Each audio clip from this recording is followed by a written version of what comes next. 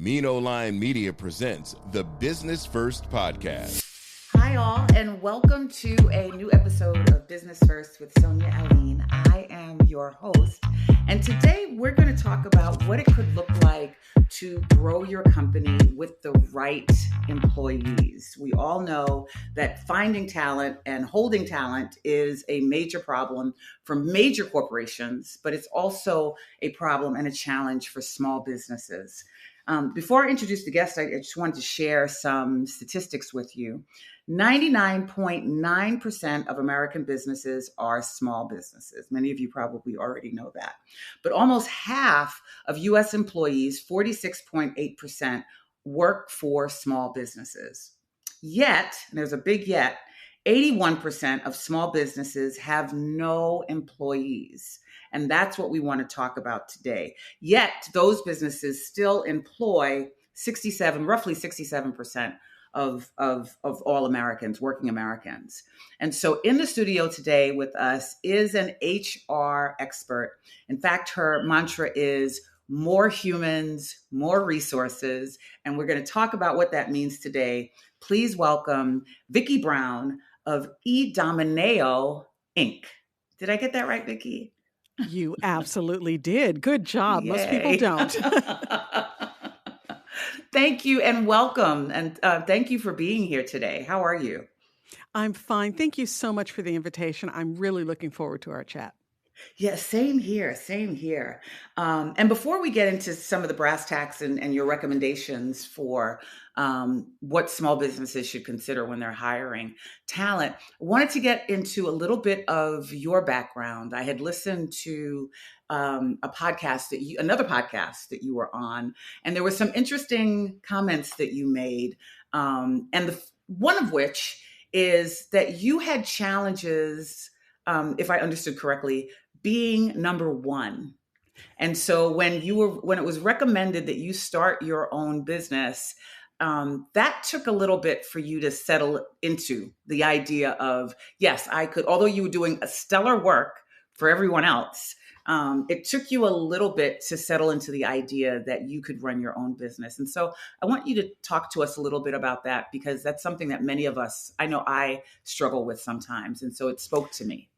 Well, you're absolutely right. That is the eDomineo origin story, actually. So, and the kind of, if you want to peek at the end of the book first, the lesson that I learned from that really was other people can see things in you that you never see in yourself. You have no idea you have that ability, because it's just you.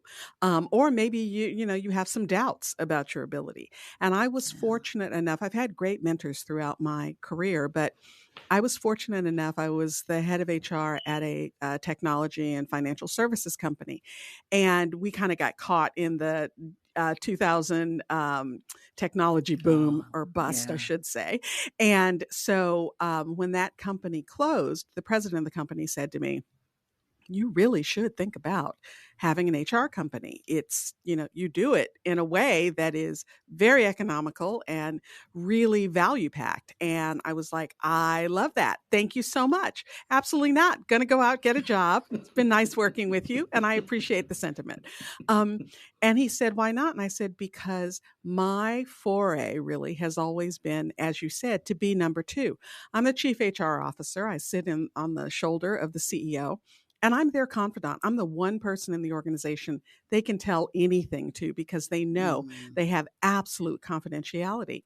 But I'm also the one that sits on their shoulder and says, did you think about this? Did you think about that? That person seems to be reacting strangely. Maybe you should go talk to them. And all of those things. So that's a role that I love, and a role that I've had for the vast majority of my career. So when he said, you should run a company, I was like, no, absolutely not. I should be number two to somebody running a company, but that's it. And so he just nodded his head and said, okay, that's fine. And then a few months later, he took on a role as CEO of a new startup. And he called and said, I know you've taught me enough to be dangerous. I know there's some HR something I'm supposed to be doing. I don't know what it is, and I'm not going to do it. So can you do it for me?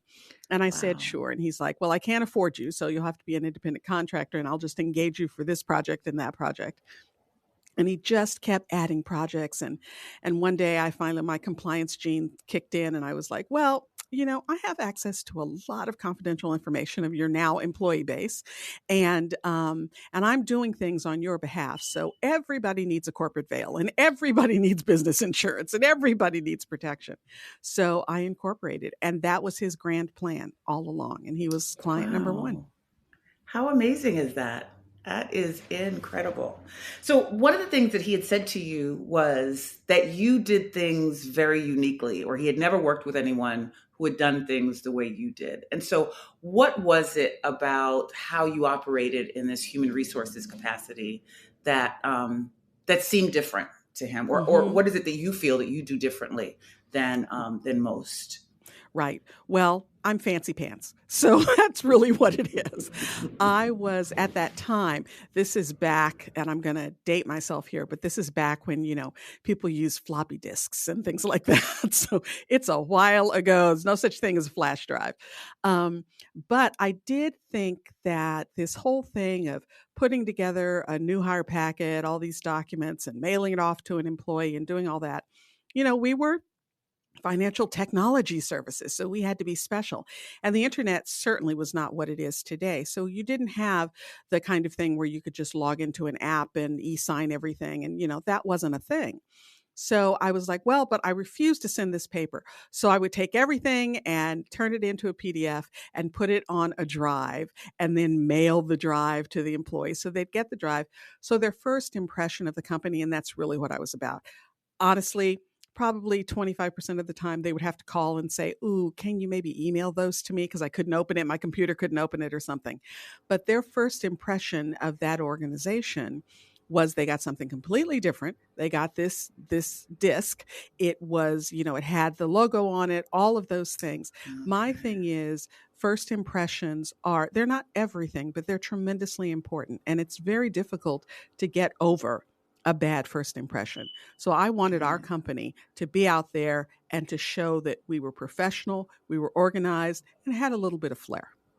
Okay. So tell us a little bit about the meaning of the name of your company. eDomineo. Well, in my other life, I actually am an opera singer. So I was with the LA Opera Company for a number of years, and with the LA Master Chorale for many, many, many seasons. And when I got ready to start the company, which I did not intend to do, I will remind everyone, I was invited to a conference and a luncheon actually. And to sign up, they wanted the company name. I had no company name.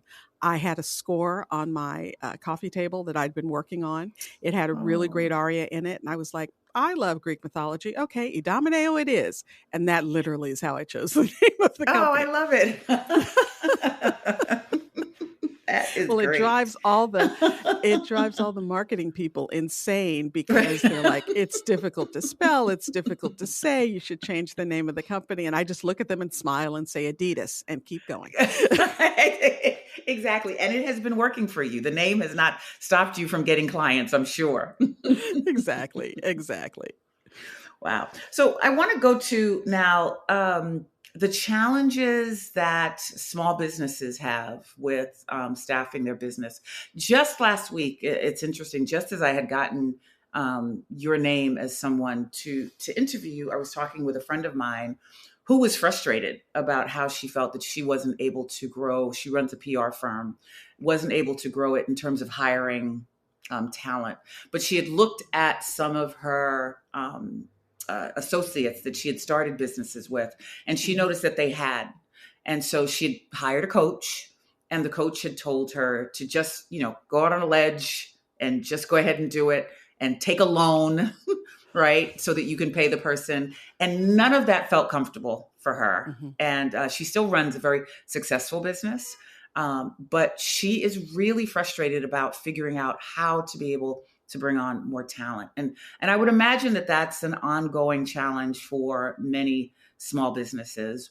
First of all, if you can identify what is it that holds some people, what is it about some people that they can grow and hire more talent, and then for others, even as they're growing, this idea of bringing on talent just doesn't seem feasible for them. I love the way you position that question because you really said, what is it about the individual, about the CEO, about the business owner? And for better or for worse, the buck always circles back and stops with us. Right. It's not about the market is difficult or I can't find great candidates or, I mean, all of those things certainly may flavor the situation. But Right. the crux of it really is what we do.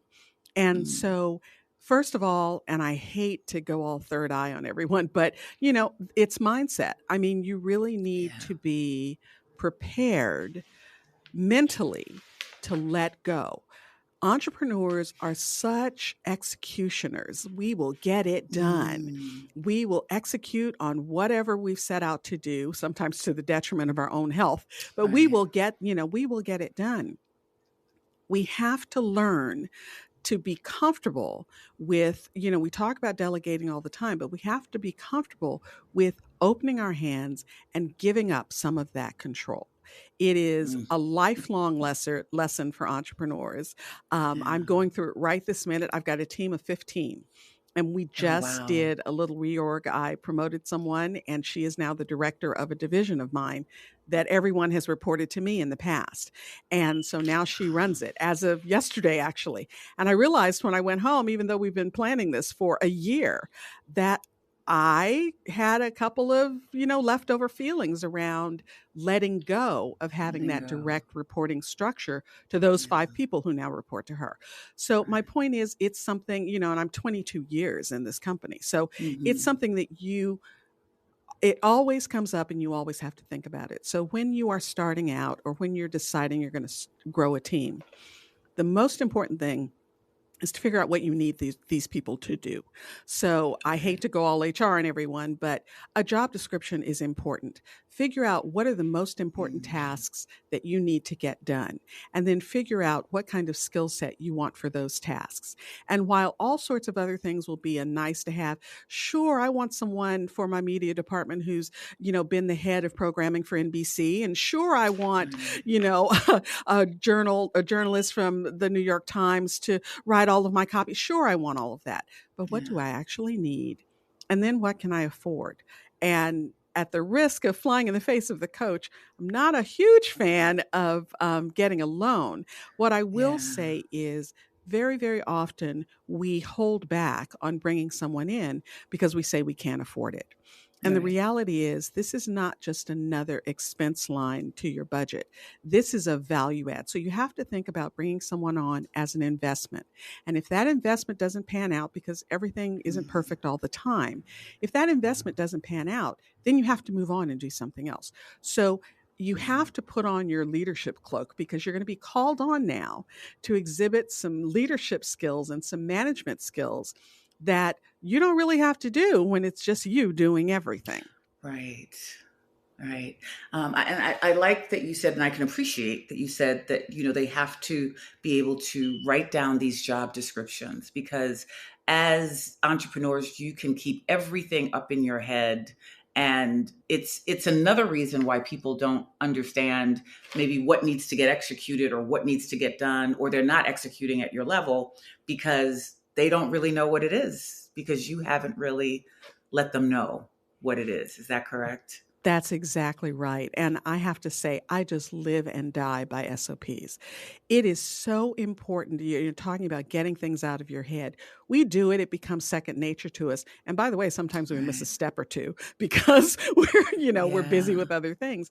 But it's important to write these things down. And there are ways you can do it that make it a little less onerous for you. But if you don't have a process, if you don't have a checklist, if you don't have a standard operating procedure, it makes it so much more challenging to train someone else on taking on that task and executing on it in the way you want it executed on. And it Right. also hurts consistency, because consistency is everything for the brand. Is You right. know? You're so right. I'd like to ask the difference between. So I came from a family run business. I used to Mhm. work at Black Enterprise, and Mr. Graves had three sons who had three very specific areas that they were required to execute on, and they were able to execute. I've also seen other companies where, it's the wife or the children are involved, and the execution is not, it just doesn't happen. And so how do you manage, or if when you're dealing with a client who wants to keep their family members on board, Mhm. what are the challenges, or what should people who'd like to keep their family members on board be considering? Yeah, well, I come from an entertainment background. So even Okay. though it might not be family members, there are very often VIPs that you want to keep on Yeah. the payroll that may not be Yeah. right for the particular role that they're in. Yeah.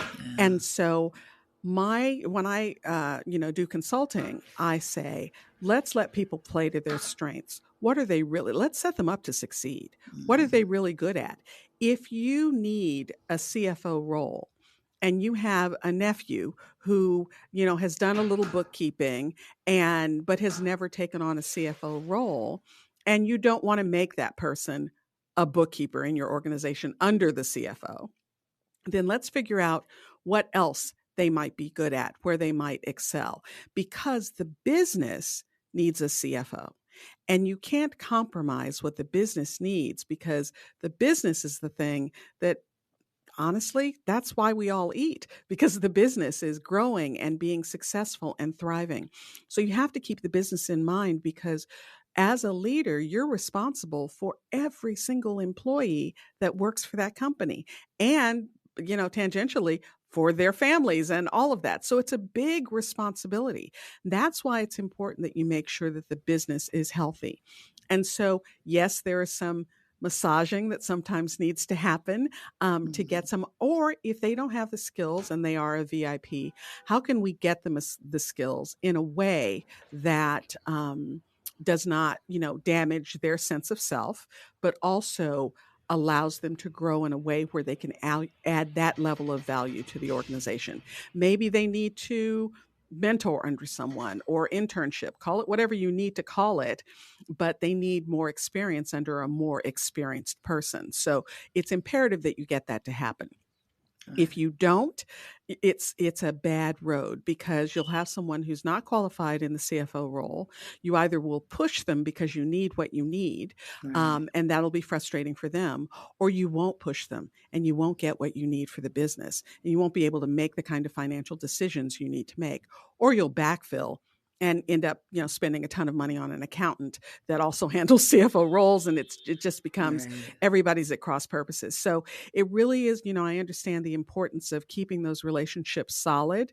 I will say I'm not a huge fan of, hiring family members unless Yeah. they actually, in a word, bring the chops that you need to the Mhm. organization, because it can be very complicated. And those relationships are more important than any business relationship. So it Right. can be complicated when you have to lead them or manage them in a particular way. So Yeah. it can definitely get complicated. If someone were to hire you or to hire your services, what are the slate of offerings that Sure. you Well, what provide? I did, so I'm a generalist. I'm, a master of all, jack of all trades, master of many of them. But Mhm. so I formed the company basically in my image, because I could. So my Mhm. business partners, my HR business partners, and that's what we call our HR managers, they are generalists as well. So we do everything Mhm. A to Z that's related to HR for our clients. We have modularized that, though, just to make it easier to kind of understand what we do. So we have regulatory compliance, which is pretty much the big kahuna of HR. It's the backbone. It's the policies and the, new law came out. Let's figure out how to implement this or whether or not it impacts your organization, et cetera, et cetera. All of the tracking, record tracking, time off tracking, all of that falls under regulatory compliance, managing leaves and managing workers' comp and really all of those items. And then we have benefits administration, which is pretty much what it sounds like, everything having to do with benefits. And we have payroll administration, which is pretty much everything that it sounds like, everything having to do with payroll. So basically what I tell people is we have benefits admin, payroll admin, and then everything else is regulatory compliance. So that's the way it is. And then we look at what services the client wishes to engage us for. And then depending on, they do 1 or 2 or 3, and we package the services and do things like that. So, but our goal really is to be your HR department. We just don't sit in your offices. And these days, very few people do. So that makes it easier to explain. But so A to Z, everything having to do with human resources, we take on. Yeah. So, and what is some of the feedback for someone who had been doing it all on their own and then brought you in to set things up? And I mean, even when you were talking about compliances, I'm sure there are a lot of things that an individual entrepreneur would just miss because it just wouldn't be their focus. And so Absolutely. How much of a difference do you see from the client after you've come in to work with them? Well, my favorite feedback from a client, we were going through a rebrand at one point, and so I hired a marketing company, and the first thing they did was, kind of canvass the clients and have an anonymous feedback thing. And my favorite comment from a client was, I feel like I'm patting myself on the back here, but my favorite comment, it really is the team, it wasn't me, but my favorite comment was, they do HR so well, but the thing that's important to me is that they counsel me, and they have made me a better leader for my organization. And I loved that. I mean, we can absolutely handle the administrivia for you. That's what we do. We roll around in that all day. We're HR geeks, But to be able to offer consulting to a leader, maybe even a new leader, and grow them in their, leadership journey, that is the thing that we love. We love that. And then to be able to handle some of the low-hanging fruit. Again, a favorite story is we started with a client, and in the first week, we saved him $80,000. Now, it was a really easy save because he was running his own payroll and kind of never got around to deducting benefits, premiums from the employees. So we found 80 grand right away and started, we didn't take that from the employees, but over the rest of that year, all of a sudden he had all of this additional money coming into his account. And he was like, I'm so glad I hired you guys. So it's just some of those compliance things that, we look for that. We're payroll experts, so we're going to see that kind of stuff. Yeah. Yeah. No, I just wanted to comment on the leadership piece, because human resources is, it goes back to your mantra about more human and more resources. Sometimes I think when we think about, and I'm thinking back to my corporate days, you don't think about the human pieces of human resources, right? You just think of human resources as the folks there to just make sure that payroll and benefits and all of these things happen. But to keep your employees engaged, aside from those things, they have to feel good about the environment that they're working in as well. And so the leadership training, I'm sure, is a really important piece of your business. It is. And it's when we talk about leadership training, we're not just talking about at the top of the organization. And yes, I love, I'm the number 2. So we love chatting with the CEO, and we get to do that every day now. But managers, when you're bringing on a team lead or you're organizing, you have enough folks and you need someone to manage a couple of the people there, managing is a different muscle set than doing the job. So if you're great at producing the widgets, that's fantastic. But usually you're so good at producing the widgets, you get promoted to managing the widget department. Well, managing people means that you're motivating other people to do the job. And motivation is a different skill set. So we love working with new managers and going through, taking them through training and consulting with them, because they're growing a whole new, again, set of muscles. They're creating a whole new tool belt. And the manager is the person that kind of is the company to that employee, because that's who they interact with all the time. That's who they request approvals from and ask about company policies. And yes, they can come to HR and we love them to do that. But the first person they're probably going to talk to is their manager. So if their manager doesn't know how to really manage that relationship, then the employee can become disillusioned very quickly. Okay. Yeah.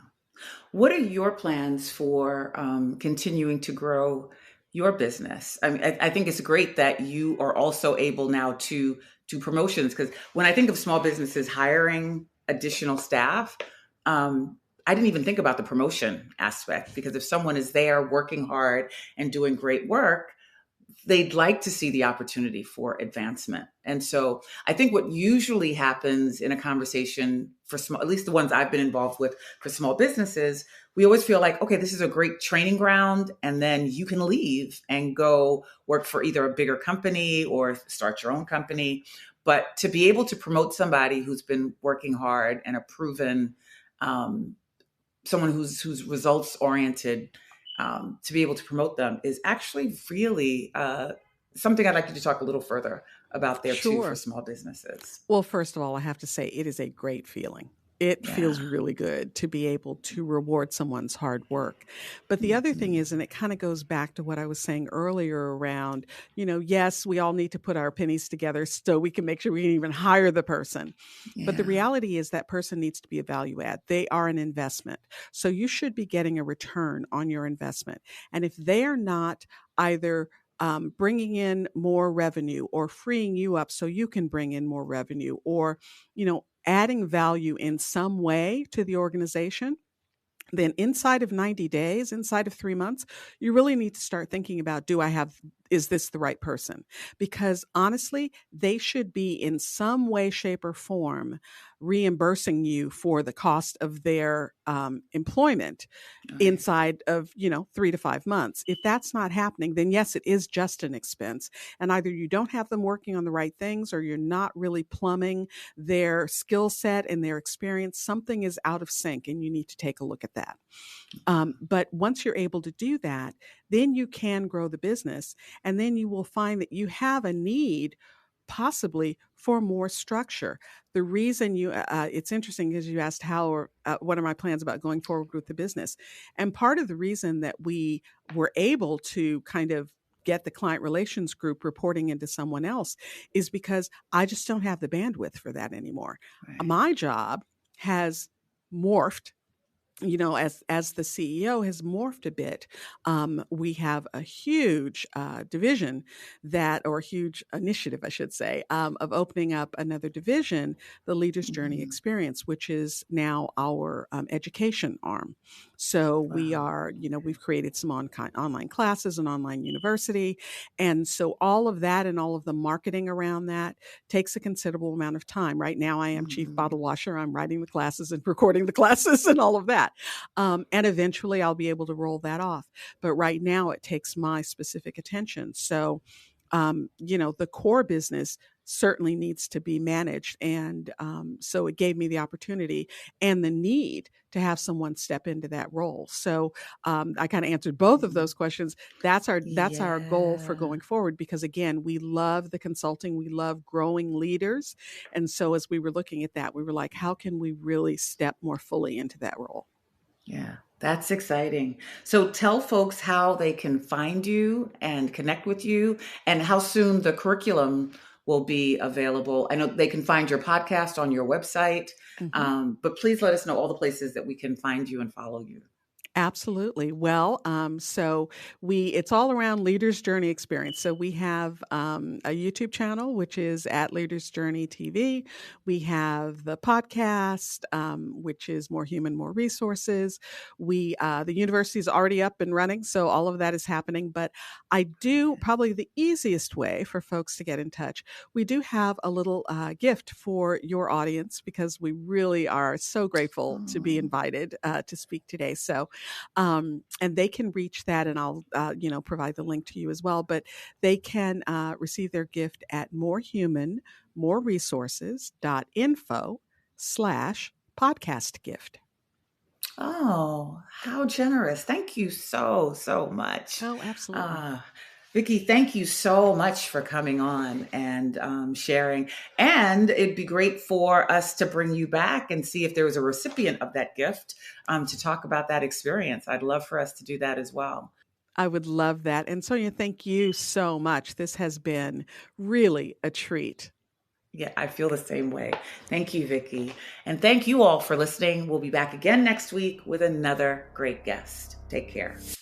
The Business First podcast is hosted and produced by Sonia Alleyne. Executive producer Ken Johnson. Find the Business First podcast on Apple Podcasts, Stitcher, Spotify, Odyssey, iHeartRadio, Amazon Music, TuneIn, or wherever you get your podcast. On social media on IG at business_first_podcast. Follow the Mean Old Line Media Podcast Network on IG at Mean Old Line Media. Get the Mean Old Line Media app in the App Store or Google Play. The Business First podcast is a Mean Old Line Media production.